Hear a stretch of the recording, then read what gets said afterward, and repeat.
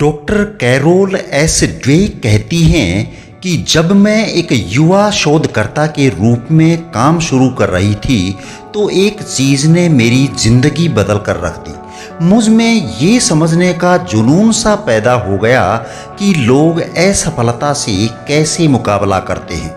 मुझे ये तो ज़रूर लगता था कि समस्याओं से जूझने के अलग अलग तरीके होंगे, पर मुझे एक ऐसी चीज़ भी मिली जिसकी मुझे कतई भी उम्मीद नहीं थी। मैंने तो कभी सोचा ही नहीं था कि क्या कोई इंसान किसी असफलता से भी प्रेम कर सकता है, और यदि ऐसा है तो वो सचमुच किसी दूसरे ग्रह से ही आया होगा। उसमें ऐसी कोई ना कोई बात जरूर है जो बाकी लोग नहीं जानते। बस ये सोचकर मैंने ये पता लगाने का बीड़ा उठाया और संकल्प लिया कि मैं उस तरह की मानसिकता को समझकर ही दम लूंगी जो असफलता को उपहार मानती है। ऐसे लोग असफलता से निराश नहीं होते, बल्कि वो तो ये कहते हैं कि वो सीख रहे हैं। आमतौर पर हम यही मानते हैं कि या तो आप स्मार्ट हैं या फिर नहीं हैं। भाई सीधी सी बात है, जो सफल है वो स्मार्ट है और जो असफल है वो स्मार्ट नहीं है। आप क्या सोचते हैं, मैं सही बोल रहा हूं? नहीं। ये एक बहस का मुद्दा है कि क्या मानसिकता को बदला जा सकता है। इसे जानने के लिए हमें युगों पुराने वाद विवाद पर गौर करने की जरूरत है। सबसे पहले तो हमें ये जानना जरूरी है कि लोगों में फर्क क्यों होता है। जब से ये दुनिया बनी है, हर किसी का सोचने का तरीका अलग रहा है और सब अपने अपने तरीकों से काम करते आए हैं, और हर किसी को परिणाम भी अलग अलग मिले हैं। जब ये सवाल उठा कि ये लोग अलग अलग तरह के क्यों होते हैं, तो विशेषज्ञ दोनों तरफ झुक गए। कुछ ने बोला कि ये शारीरिक भिन्नताओं की वजह से है, और दूसरों ने बताया कि ये उनके अनुभवों और सीखने के तरीकों पर निर्भर करता है। आईक्यू परीक्षण के आविष्कारक अल्फ्रेड बाइनेट ने भी इसी दृष्टिकोण का समर्थन किया। बाइनेट ने ऐसे परीक्षण स्कूली बच्चों पर किए। उनका मानना था कि शिक्षा और अभ्यास से बुद्धि में आधारभूत परिवर्तन किया जा सकता है। कुछ आधुनिक दार्शनिक ये दावा करते हैं कि इंसान की बुद्धि एक निश्चित मात्रा में होती है, इसे बढ़ाया नहीं जा सकता। ऐसे निराशावादी लोगों के खिलाफ हमें प्रतिरोध और प्रतिक्रिया करनी चाहिए। ड्वेल के मुताबिक अभ्यास, प्रशिक्षण और एक अच्छी प्रणाली की मदद से हम अपने ध्यान, स्मृति और विवेक को बढ़ा सकते हैं और वास्तव में पहले से ज्यादा बुद्धिमान बन सकते हैं। रॉबर्ट स्टर्नबर्ग का कहना है कि लोग विशेषज्ञता हासिल कर पाते हैं या नहीं, इसमें मुख्य घटक कोई निश्चित पूर्व योग्यता नहीं है, बल्कि उद्देश्यपूर्ण संलग्नता है। मानसिकता की बात की जाए तो ये दो प्रकार की हो सकती है। पहली है निश्चित मानसिकता, जिसे अंग्रेजी में फिक्स्ड माइंडसेट कहते हैं, और दूसरी है विकासवादी मानसिकता, जिसे ग्रोथ माइंडसेट कहते हैं। जब आप ये मान बैठते हैं कि आपके गुण पत्थर की लकीर हैं, तो समझ लीजिए कि आप निश्चित मानसिकता के शिकार हैं। इससे आपको बार बार स्मार्ट साबित करने की जरूरत होती है। डॉक्टर कैरोल कहती हैं कि हम में से ज्यादातर लोगों को बचपन से ही इस मानसिकता का प्रशिक्षण दे दिया जाता है। वो कहती हैं कि मुझ में निश्चित मानसिकता भरने का श्रेय उनकी 6ठी क्लास की टीचर विल्सन को जाता है। वो बच्चों को आईक्यू के क्रम के हिसाब से बैठाती थी। अच्छी आईक्यू वाले स्टूडेंट्स को ही ब्लैक बोर्ड साफ करने या प्रिंसिपल के पास चिट्ठी ले जाने का काम सौंपती थी। इससे हर बच्चे के दिलो दिमाग पर केवल एक ही भूत सवार रहता था कि बस स्मार्ट दिखो, मूर्ख नहीं। आपने भी बहुत से लोगों को देखा होगा जिन पर हर वक्त खुद को साबित करने के लक्ष्य का भूत सवार रहता है, चाहे वो क्लास में हो, कैरियर में हो या फिर रिलेशंस में हो।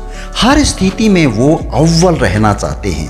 वो बस यही सोचते रहते हैं कि मैं स्मार्ट दिखूंगा या बेवकूफ।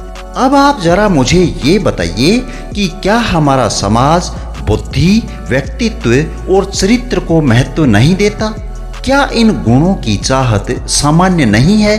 तो इसका जवाब बेशक हाँ है। अब दूसरी मानसिकता की बात कर लेते हैं। विकासवादी मानसिकता इस विश्वास पर आधारित है कि आप अपनी मेहनत और प्रशिक्षण के जरिए बुनियादी गुणों का विकास कर सकते हैं। तो फिर क्या कोई भी कुछ भी बन सकता है? क्या प्रशिक्षण के जरिए हर कोई आइंस्टाइन बन सकता है? तो इसका जवाब है नहीं। लेकिन क्या आप जानते हैं कि 20वीं सदी की सबसे अच्छी फोटोग्राफर सिंडी शर्मन अपने पहले फोटोग्राफी कोर्स में फेल हो गई थी। विश्व प्रसिद्ध गोल्फर बेन होगन बचपन में बिल्कुल फूहड़ दिखते थे। डार्विन और टॉलस्टॉय बचपन में एकदम सामान्य लगते थे। लेकिन इन सभी ने अपने वांछित गुणों को विकसित किया और दुनिया में नाम कमाया। लगातार और हर हाल में अपनी क्षमता का विस्तार करना, खासकर तब जब ये करना अच्छा नहीं लग रहा हो, विकासवादी मानसिकता की निशानी है। अब हम ये जान लेते हैं कि ये दोनों मानसिकताएं कैसे काम करती हैं। कल्पना करें कि आपको एक मिड टर्म एग्जाम के परिणाम में C+ मिला है।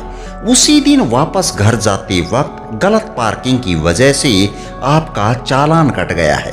इन सारे दुखों का रोना रोने के लिए आप अपने दोस्त को फोन करते हैं, लेकिन वो भी अपनी व्यस्तता के चलते बाद में बात करते हैं कहकर फोन काट देता है।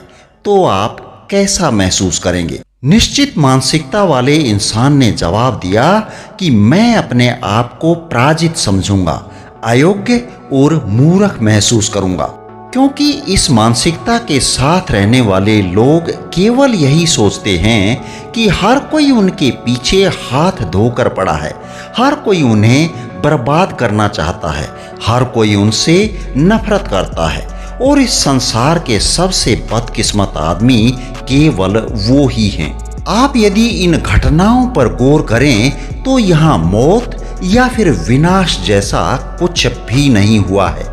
बस एक खराब ग्रेड मिला है, चालान कटा है और दोस्त के साथ एक खराब फोन कॉल रहा है। अब यदि इन्हीं तीनों घटनाओं को जोड़कर किसी विकासवादी मानसिकता वाले व्यक्ति से सवाल करेंगे तो वो कहेगा कि मुझे अपनी पढ़ाई में और ज्यादा ध्यान देने की जरूरत है।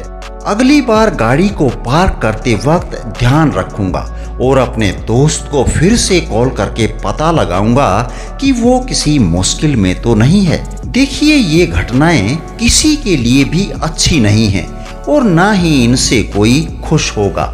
लेकिन मानसिकता में फर्क सोचने का नजरिया जरूर बदल देता है। जब आप निश्चिततावादी और विकासवादी मानसिकताओं को समझना शुरू करते हैं तो आपको एकदम स्पष्ट पता चल जाएगा कि कैसे एक चीज दूसरी चीज की ओर ले जाती है। आपके गुण पत्थर की लकीर हैं, ये विश्वास आपको बहुत से विचारों और कार्यों की तरफ ले जाता है और दूसरी तरफ आप अपने गुणों का विकास कर सकते हैं, ये विश्वास आपको कहीं और ले जाता है जिसके परिणाम भी बिल्कुल अलग मिलते हैं।